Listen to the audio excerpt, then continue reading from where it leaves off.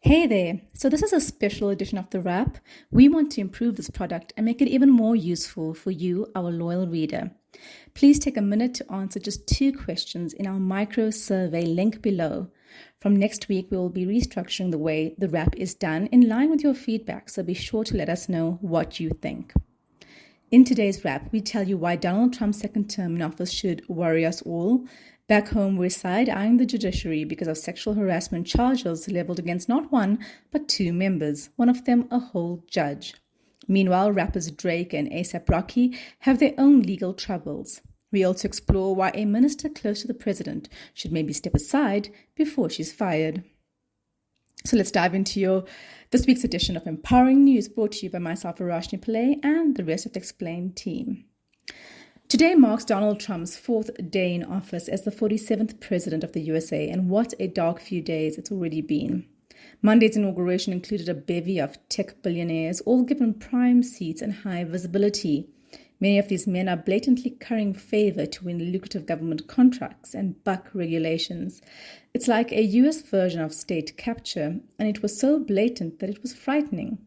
As the BBC noted, most of these firms still have serious outstanding matters before the US government, including anti-monopoly lawsuits, investigations, regulatory fights, and tariffs. These billionaires are literally buying their way out of trouble by supporting Trump. For example, Elon Musk, who helped fund Trump's campaign, will head Trump's new Department of Government Efficiency. He also holds billions of dollars in federal contracts with the US government via his company SpaceX. Musk will effectively be put in charge of the regulators that oversee him, the New York Times has reported. Bezos is gunning for government business too, looking to land lucrative NASA contracts. That, of course, is Amazon founder Jeff Bezos. Now, Musk sealed his remarkable rise to power with not one but 2 Nazi-style salutes after addressing crowds gathered at the Capital One Arena for celebrations after the inauguration. There's a lot on Trump this week, so keep reading The Wrap for more on his first days in office. In local news, South Africa's first judicial sexual harassment tribunal began last week Monday under the Judicial Services Commission's Conduct Tribunal. They are tasked with investigating allegations of sexual harassment made by High Court Secretary Andiswa Mengo against Eastern Cape Judge President Selby Mbenenge.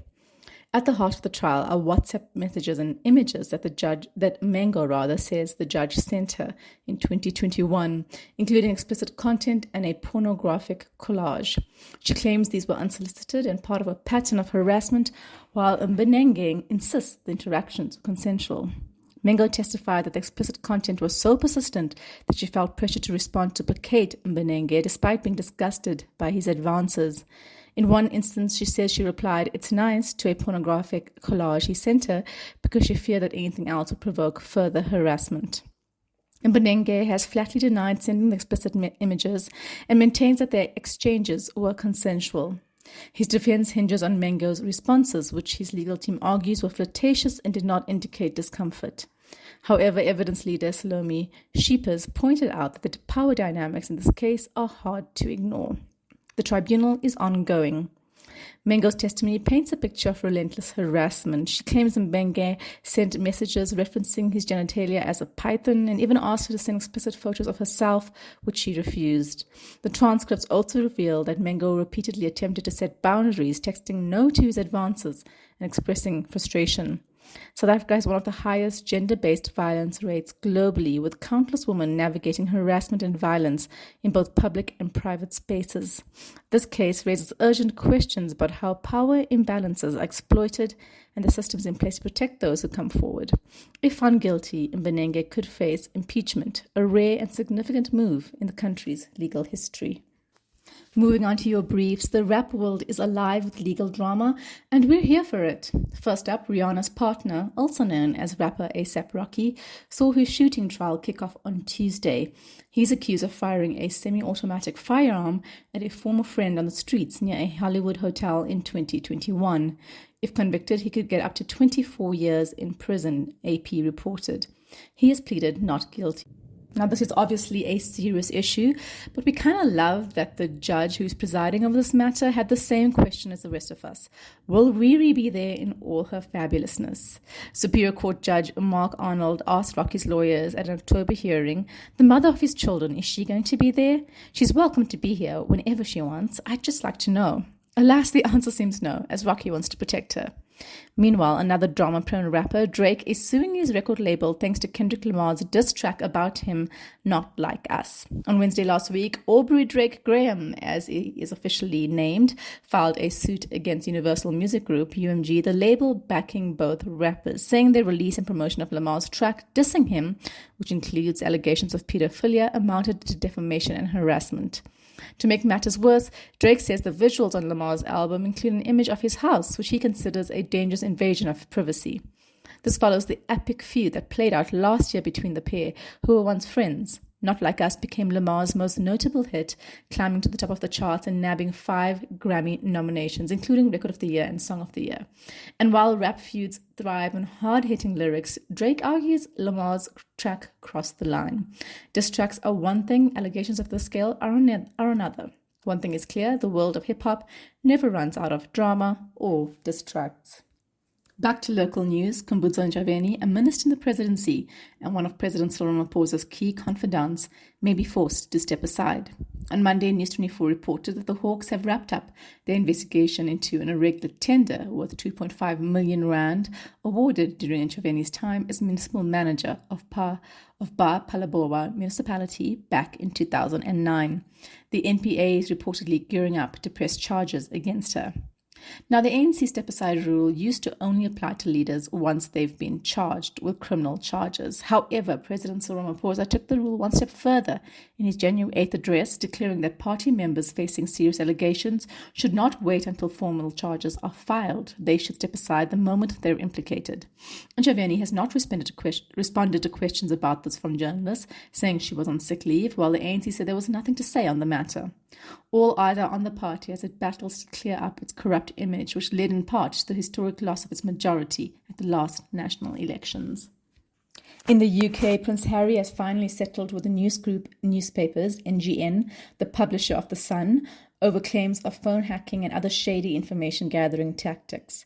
The case stems from Britain's now infamous tabloid culture, which has spent years rifling through the private lives of celebrities, royals, and, well, anyone they could get dirt on. NGN has admitted to using private investigators to unlawfully snoop on Harry's personal life. Think phone hacking, tailing, and digging through confidential information. The publisher even issued a formal apology acknowledging what they called unlawful acts. Harry will receive a substantial payout as part of a settlement, although the exact figure is under wraps. Reminder, Harry and his wife Meghan Markle say they were hounded out of the UK and gave up their royal life, in part thanks to the harassment by the UK tabloids. Markle said in a bombshell interview with Oprah that the reports and death threats that followed drove her to thoughts of suicide. This isn't just a Prince Harry issue. Britain's tabloid media, led by NGN and other powerhouses, has a long history of invading privacy in ways that would make your nosy neighbor blush. The phone hacking scandal exploded in 2011 when it was revealed that News of the World, NGN's now defunct sister paper, hacked into the voicemail of Millie Dowler, a murdered teenager. The revelation led to public outrage, legal battles, and eventually the paper shut down. Over the years, NGN and others have paid out nearly £1 billion in settlements to victims, ranging from celebrities to everyday people.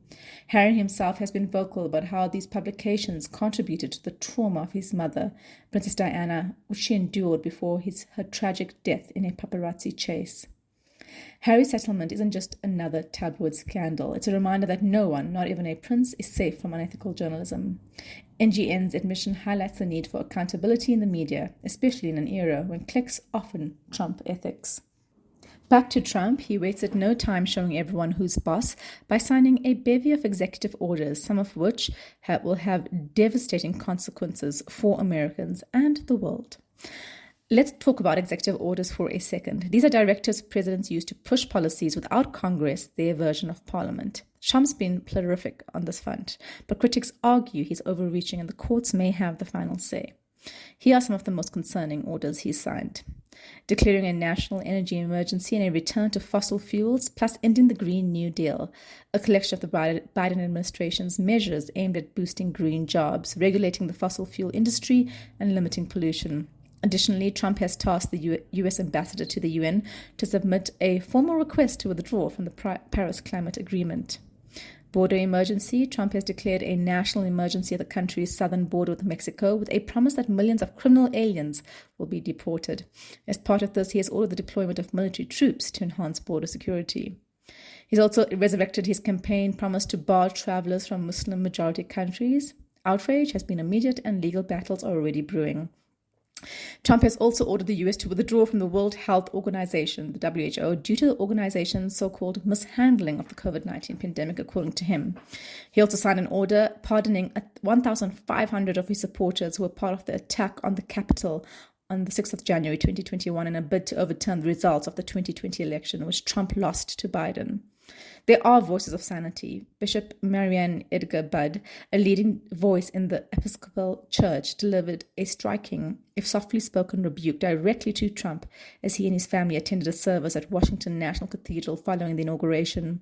She pleaded with Trump to have compassion for migrants and LGBTQI people, criticizing his rhetoric and early policies as morally indefensible. Her remarks drew praise from faith leaders and advocates across the political spectrum. Trump, of course, later dismissed her as a so-called bishop and a radical left hardline Trump hater.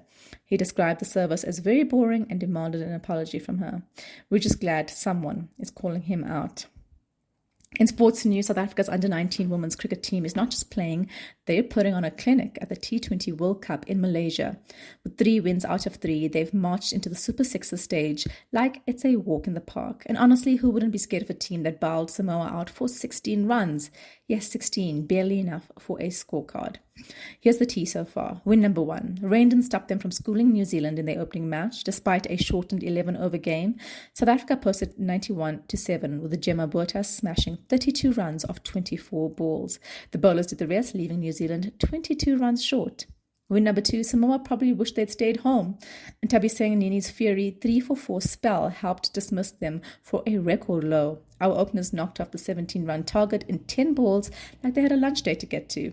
Win number 3, Nigeria put up more of a fight, relatively speaking, but the South Africans outplayed them in another rain-affected clash, cruising to a 41-run victory via the DLS method. Coach Dinesha Devnarain said this team is special, and it's hard to argue. She's been shaping these players for 18 months, throwing everything at them, from tough love to tactical tweaks. The result, a squad that looks more polished than a freshly waxed cricket ball. There's hope this team can go where the Proteas women fell short, all the way to a World Cup semi-final or beyond. But first, the young guns will face the USA and Ireland in the Super 6 stage.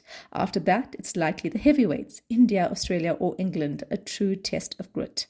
For now, though, let's celebrate. These young women are not just winning, they're owning the stage. Let's hope they keep showing the world what South African cricket is all about.